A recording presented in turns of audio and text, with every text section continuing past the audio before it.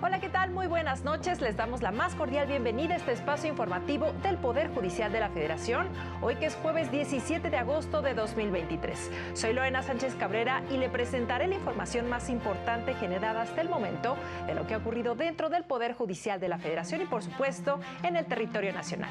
Le damos la bienvenida a Nidia Díaz, quien nos acompaña en interpretación en lengua de señas mexicana. Hola, Nidia. Y es así como iniciamos.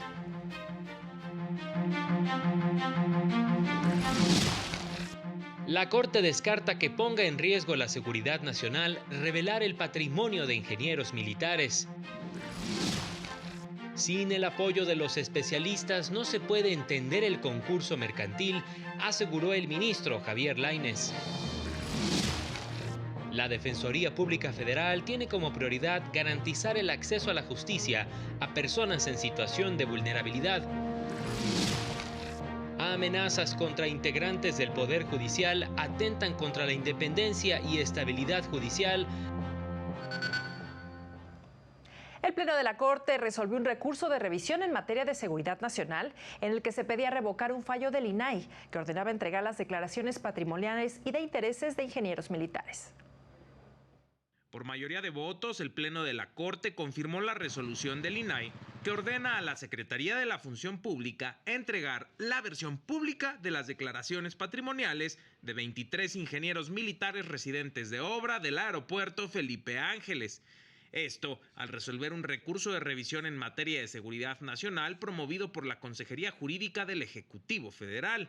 Alegaba, entre otros temas, que entregar la información revelaría datos que podrían ser aprovechados por la delincuencia organizada para conocer la capacidad de reacción del Estado mexicano. Ninguno de los documentos públicos ofrecidos acredita que entregar la versión pública de las declaraciones patrimoniales y de interés de 23 ingenieros militares residentes de obra en el Aeropuerto Internacional Felipe Ángeles afecte la coordinación interinstitucional en materia de seguridad nacional o revele datos que puedan ser aprovechados para conocer la capacidad de reacción del Estado mexicano. Se dispuso que se entregara la información que corresponde a ingenieros militares responsables de obra y no respecto de la operatividad, estructura, seguridad y logística de un aeropuerto. La información que se ha solicitado no se habrá de dar de modo irrestricto. Nos dimos a la tarea de hacer una consulta a las declaraciones patrimoniales de distintos funcionarios de la Secretaría de la Defensa Nacional, incluso la del propio general secretario. Y están ahí a disposición de cualquier persona, desde luego versiones públicas, salvaguardando los datos personales.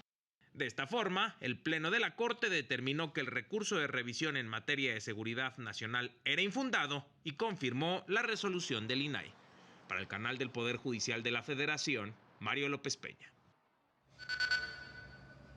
El ministro Javier Lainez Potisek reconoció el acompañamiento a la labor jurisdiccional por parte de los especialistas en concursos mercantiles. El ministro de la Suprema Corte de Justicia de la Nación, Javier Lainez Potisek, destacó la labor de visitadores, conciliadores, síndicos, como especialistas que participan en los procesos de concursos mercantiles. Quienes auxilian y acompañan y son un paso fundamental o un elemento, un pilar fundamental en todo el procedimiento de concurso y en este acompañamiento a la labor jurisdiccional, a la labor que corresponde a las juezas o a los jueces y que es fundamental. Sin ese acompañamiento, sin esta labor de los especialistas, no se puede entender el concurso mercantil. En el marco de un foro sobre el tema, el ministro indicó que a 23 años de la vigencia de la ley, los comerciantes que tienen problemas financieros pueden recurrir a un nuevo mecanismo de reestructura ordenado. En el foro también participaron especialistas, quienes plantearon modificaciones específicas a la ley. No es congruente que tengamos la posibilidad dentro del concurso mercantil, y esto lo han comentado los abogados, de solicitar créditos, pero después haya leyes que le prohíben a los bancos otorgar estos créditos. Tenemos que discutir esto. Datos del director general del Instituto Federal de Especialistas de Concursos Mercantiles, Edgar Manuel Bonilla del Ángel, contabiliza un total de 953 procedimientos, de los cuales 265 se encuentran activos. Para el canal del Poder Judicial de la Federación, Laura Murillo. Por su parte, la ministra Ana Margarita Ríos Farjat aseguró que las sentencias de la Corte no solo resuelven casos, sino también contribuyen a construir una mejor sociedad. Del análisis de las sentencias que ha emitido la Suprema Corte de Justicia de la Nación, pueden emanar lineamientos y protocolos que podrían incidir en la creación de una mejor sociedad. Así lo señaló la ministra Ana Margarita Ríos Farjat durante la inauguración de la Cátedra en Derechos Humanos que lleva su nombre y que se realizará en la Universidad Autónoma de Coahuila. Las sentencias de la Corte no nada más resuelven casos particulares, y aquí me quiero centrar mucho en las sentencias de la sala, de la primera sala, que es donde vemos principalmente amparo y las problemáticas más vivenciales de la gente, ¿no? Y de donde pueden emanar bien atendidas lineamientos, protocolos, mejores formas de hacer que implementadas desde diferentes facultades, comunicación, trabajo social, economía, por supuesto, derecho, ciencias políticas, contabilidad, hasta medicina, bien analizadas por las diferentes facultades, de verdad me parece a mí que van a incidir en una mejor sociedad. Explicó que a través de los litigios se logran corregir las deficiencias de un sistema general conformado por leyes, instituciones y voluntades políticas para que las personas puedan hacer uso en plenitud de sus derechos y beneficiar también a otras con empatía. Por eso estoy cierta de que en la medida de que esas decisiones se conozcan, se difundan, se las apropie la sociedad, vamos a tener una mejor sociedad. Porque se trata de expandir justamente el cómo sí de las cosas, el cómo sí de lograr que mi vecino, que mi alumno, que mi maestro, que mi médico, que mi paciente, que mi conciudadano, que mi vecino tengan un potencial de plenitud en su vida. La ministra agradeció el apoyo de la Universidad Autónoma de Coahuila para concretar esta cátedra en Derechos Humanos en la que se analizarán sentencias relacionadas con grupos en situación de vulnerabilidad, niñas, niños y adolescentes, personas con discapacidad, migrantes y temas de género y derechos humanos. Para el canal del Poder Judicial de la Federación, Juan Carlos González. La Defensoría Pública Federal cuenta con personal especializado para garantizar el acceso a la justicia de personas con discapacidad. La atención a personas en situación de vulnerabilidad es uno de los pilares de trabajo del Instituto Federal de Defensoría Pública y del Poder Judicial en general, destacó la directora del IFDP, magistrada Taisia Cruz Parcero. Se erige como un garante del derecho de acceso a la justicia de personas con discapacidad, impulsando un nuevo paradigma de atención a la discapacidad bajo el modelo social, eliminando barreras a fin de que puedan ejercer de manera plena sus derechos, en particular el de acceso a la justicia, tal como lo establecen las líneas generales de trabajo de la ministra presidenta Norma Lucía Piña Hernández. La directora general lo dijo al inaugurar el Encuentro Nacional de Personas con Discapacidad organizado por la Suprema Corte y la Defensoría Pública. El objetivo del encuentro es fortalecer las capacidades institucionales del Poder Judicial de la Federación para promover y defender los derechos de las personas con discapacidad. Para el máximo tribunal del país, la Defensoría Pública es un garante en el acceso a la justicia de personas con discapacidad. Para la Suprema Corte, pues está clarísimo que ustedes son las personas actoras clave en la promoción y defensa de los derechos de las personas con discapacidad. En el encuentro participan personas asesoras jurídicas especializadas en el tema, académicas y organizaciones nacionales e internacionales en derechos humanos que atienden el tema. Canal del Poder Judicial de la Federación, Elsa González. Durante un foro organizado por la Suprema Corte, las personas participantes aseguraron que uno de los avances del nuevo Código Nacional de Procedimientos Civiles y Familiares es que reconoce la capacidad jurídica que no se puede restringir. Guadalupe Barrena Nájera, defensora de los derechos universitarios de la UNAM, subrayó que uno de los grandes retos para garantizar el reconocimiento de la capacidad jurídica de las personas con discapacidad en México está en el número de normas que se refieren a esta figura. Sí me parece muy importante observar que este proceso de voy a decir, limpieza, de orden, de armonización de la Convención de Derechos de Personas con Discapacidad con el enorme universo de la normatividad mexicana, pues es una tarea importantísima. Dentro del conversatorio Capacidad Jurídica y Nuevo Código Nacional de Procedimientos Civiles y Familiares, Carlos Ríos Espinosa, director asociado de la División de los Derechos de las Personas con Discapacidad de Human Rights Watch, subrayó que entre los avances más notables del Código Nacional es la consideración de que la capacidad jurídica no se puede restringir. Lo que hace la reforma mexicana es justo hacer honor a esa distinción que es clave, ¿no? Si no podemos decir que una persona tiene capacidad jurídica de acuerdo a su grado de capacidad mental o de sus destrezas cognitivas. Ninguna de ese tipo de evaluaciones es posible hacer para efecto de condicionar la capacidad jurídica, ¿no? Destacó como un elemento central para proteger derechos la inclusión de la designación de los apoyos extraordinarios para que las personas ejerzan su capacidad jurídica y que depende de control jurisdiccional. Para el canal del Poder Judicial de la Federación, Mario López Peña. En más noticias, el segundo tribunal colegiado en materia civil del primer circuito determinó que el procedimiento para otorgar las medidas de protección al momento de la comparecencia de la denunciante se rige por un estándar probatorio mínimo, al tratarse de un procedimiento sumarísimo, pues la ley de acceso de las mujeres a una vida libre de violencia debe interpretarse desde la perspectiva de género, considerando la situación de vulnerabilidad y violencia que padece la víctima, por lo que no es necesario que los supuestos hechos de violencia que se le imputan al presunto agresor se demuestren plenamente. Son 8 de la noche con 41 minutos, momento de hacer una pausa, pero regresamos con más información, no se vaya.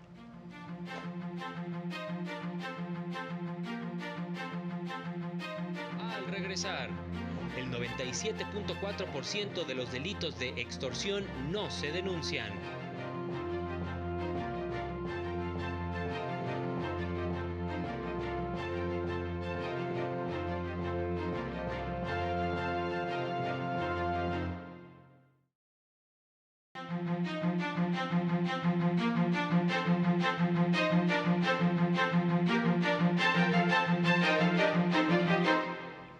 Gracias por continuar con nosotros. Seguimos con la información. De cara a los comicios de 2024, el magistrado presidente del Tribunal Electoral anticipó que actuarán con imparcialidad e independencia. En los próximos meses, la labor del Tribunal Electoral del Poder Judicial de la Federación será vigilada y puesta a escrutinio público desde diversas trincheras, dado el inicio de las campañas para los comicios de 2024. Y para abordar dichos contextos de exigencia, las y los magistrados de la Sala Superior deberán mantener como guía la unidad y las decisiones en torno a los valores democráticos, afirmó el magistrado presidente Reyes Rodríguez Mondragón. Actuar con objetividad, autonomía, independencia, neutralidad e imparcialidad hacia un sistema de partidos políticos plural y ante una competencia electoral reñida y que exige condiciones de equidad.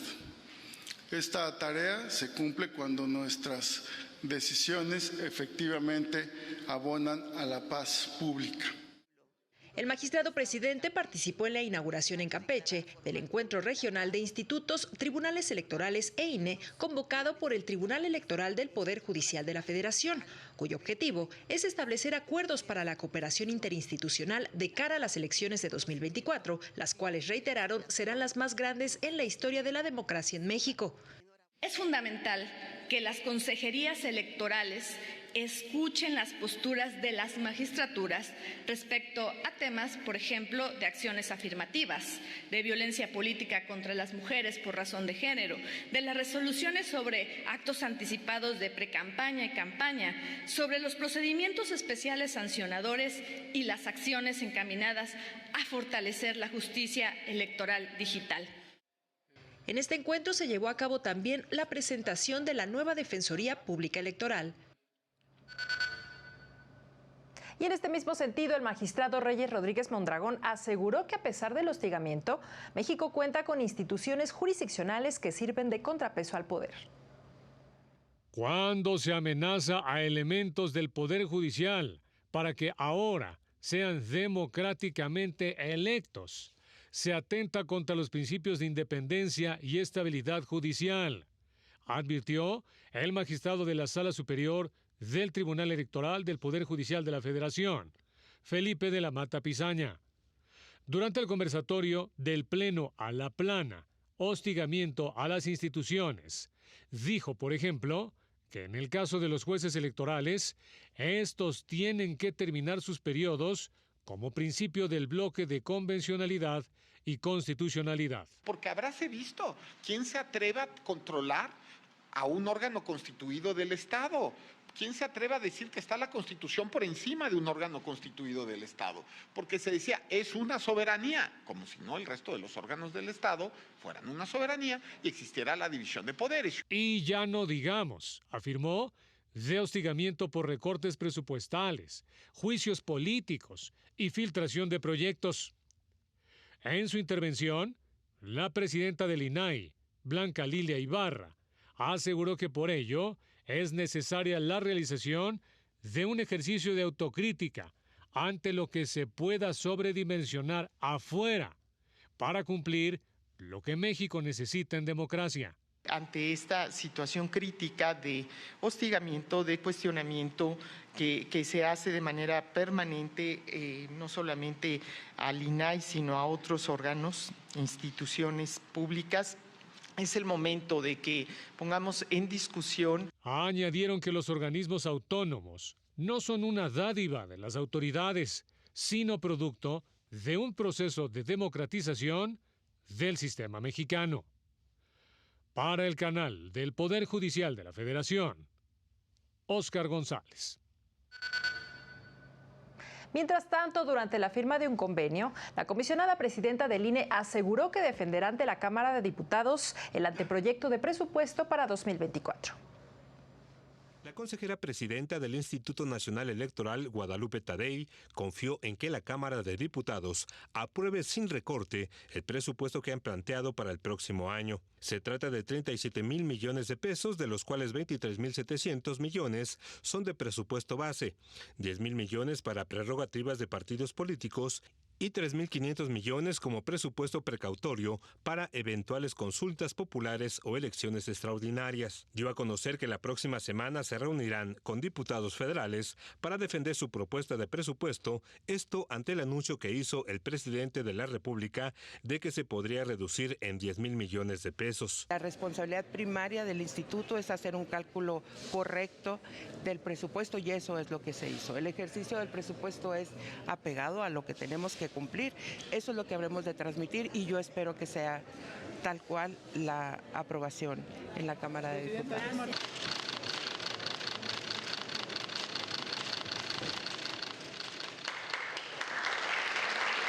La consejera presidenta del INE firmó un convenio de colaboración con Talleres Gráficos de México que incluye la impresión de las 312 millones de boletas que serán utilizadas en las elecciones federales de 2024. Y un tema que nos ocupaba fundamentalmente era el tema de la impresión de las boletas electorales.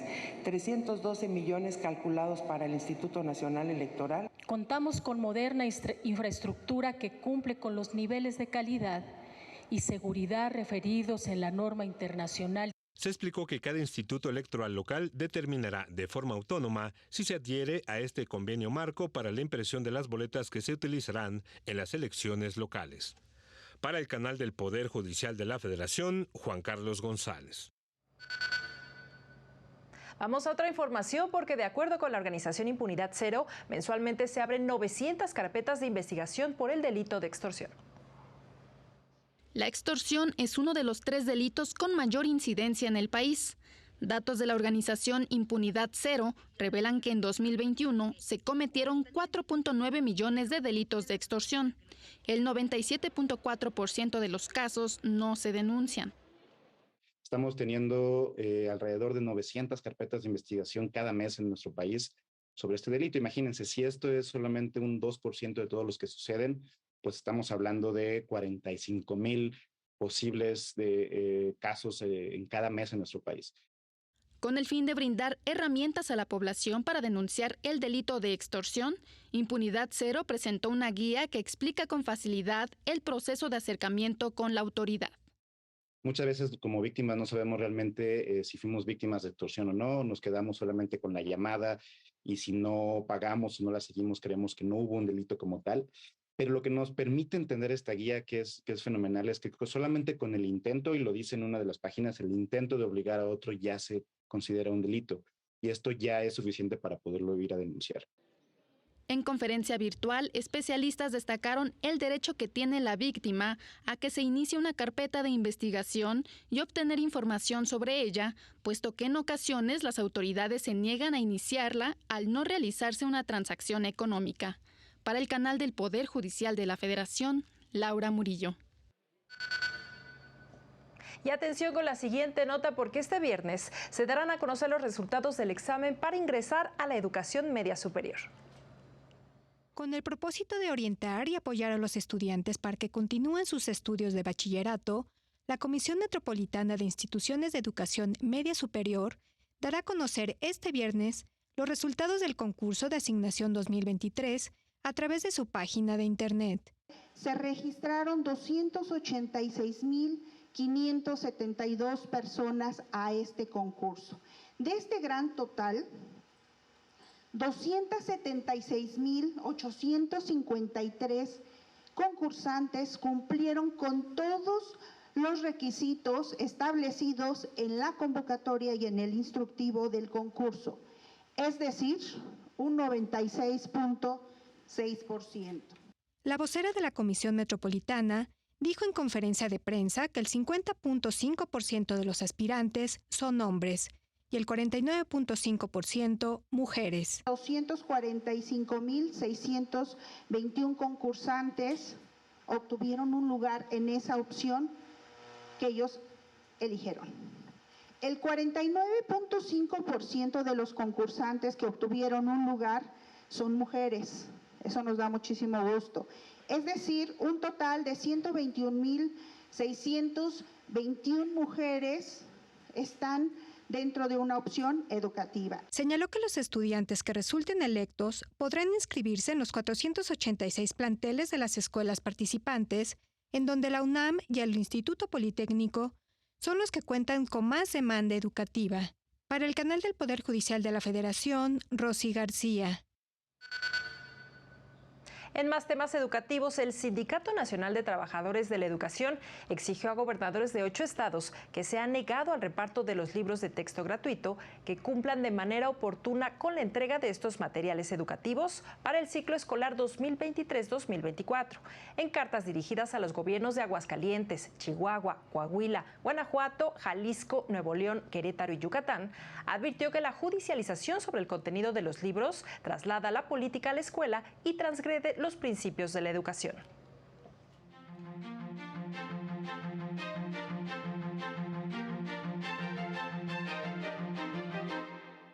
Fue hallado el cuerpo de Ivonne García Silva, secretaria de Juzgado de Distrito. Desapareció el 4 de agosto al dirigirse a su trabajo. Sus restos fueron localizados dentro de un predio en Coyoacán. 2 personas presuntamente relacionadas con el caso fueron detenidas. Un juez de proceso y procedimiento penal oral del 11º Distrito Judicial de Jalapa, con sede en Pacho Viejo, dictó prisión preventiva justificada por riesgo de fuga contra el ex fiscal de Veracruz, Jorge N., acusado de privación de la libertad y desaparición forzada.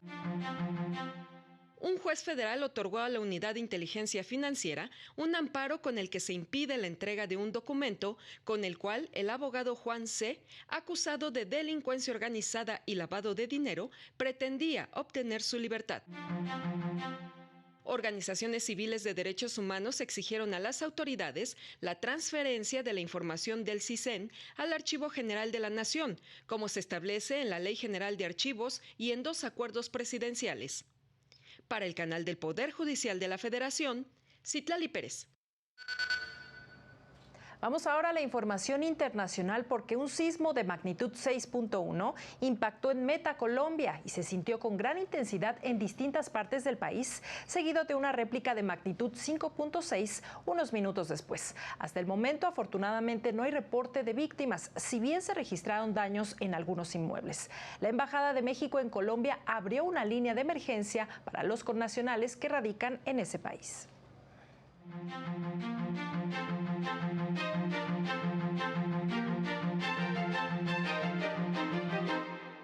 Autoridades canadienses ordenaron el desalojo de los 20,000 habitantes de Yellowknife ante la amenaza que representan los incendios forestales.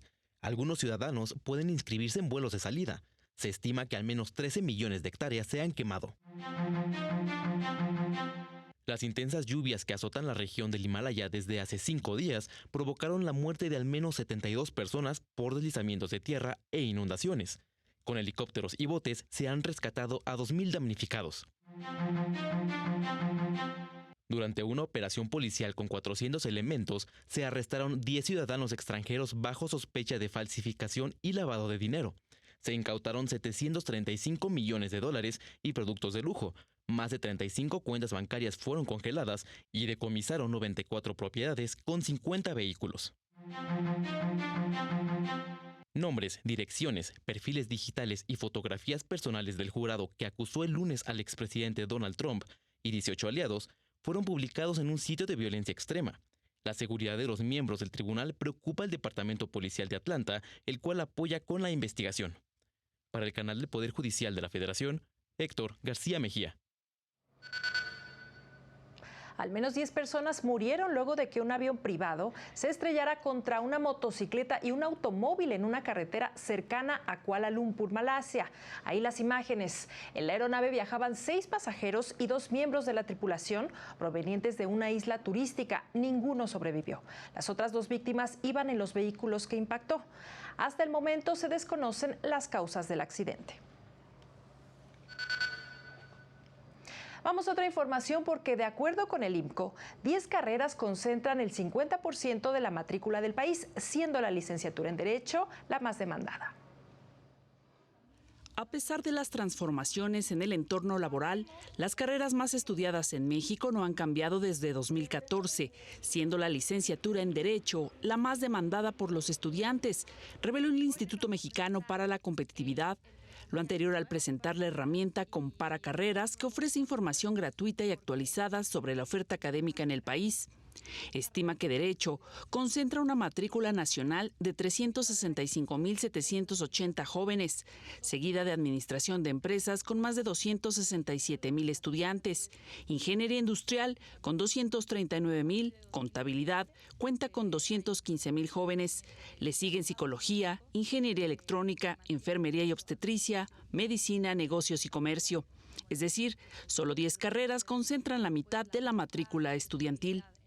Y no necesariamente estamos informados de los costos, los beneficios, las oportunidades, qué tanto empleo hay para la carrera que estoy eligiendo, qué tanto empleo no hay, cómo paga esa carrera.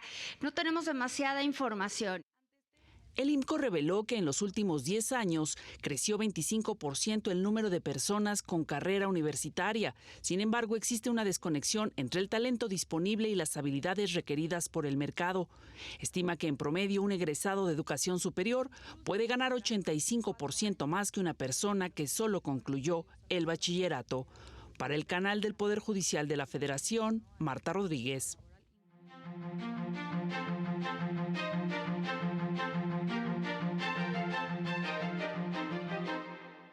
El tipo de cambio se ubicó en 17 pesos con 12 centavos por dólar, de acuerdo con información del Banco de México.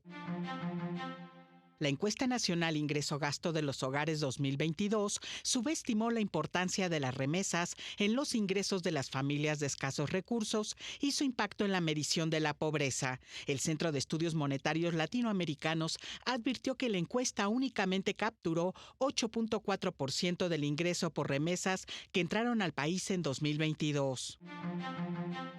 Escasez de medicinas en el sector público e incremento de precios provocaron que las personas recurrieran más a las tarjetas de crédito como medio de pago, expresó la Unión Nacional Interdisciplinaria de Farmacias, Clínicas y Consultorios. Según datos del Banco de México, entre 2018 y 2022, el uso de tarjetas en farmacias aumentó 78.7%.